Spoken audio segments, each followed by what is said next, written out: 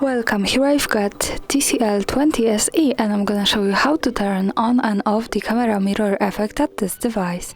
So at first we have to tap on the camera button to open it, and for now we are on out of auto mode with the back camera. To get access to the mirror effect we have to change back camera to the front one, so let's tap to this button from the right. Now hi again, and let's move to the left corner. When we pick this button, we can open the advanced camera settings.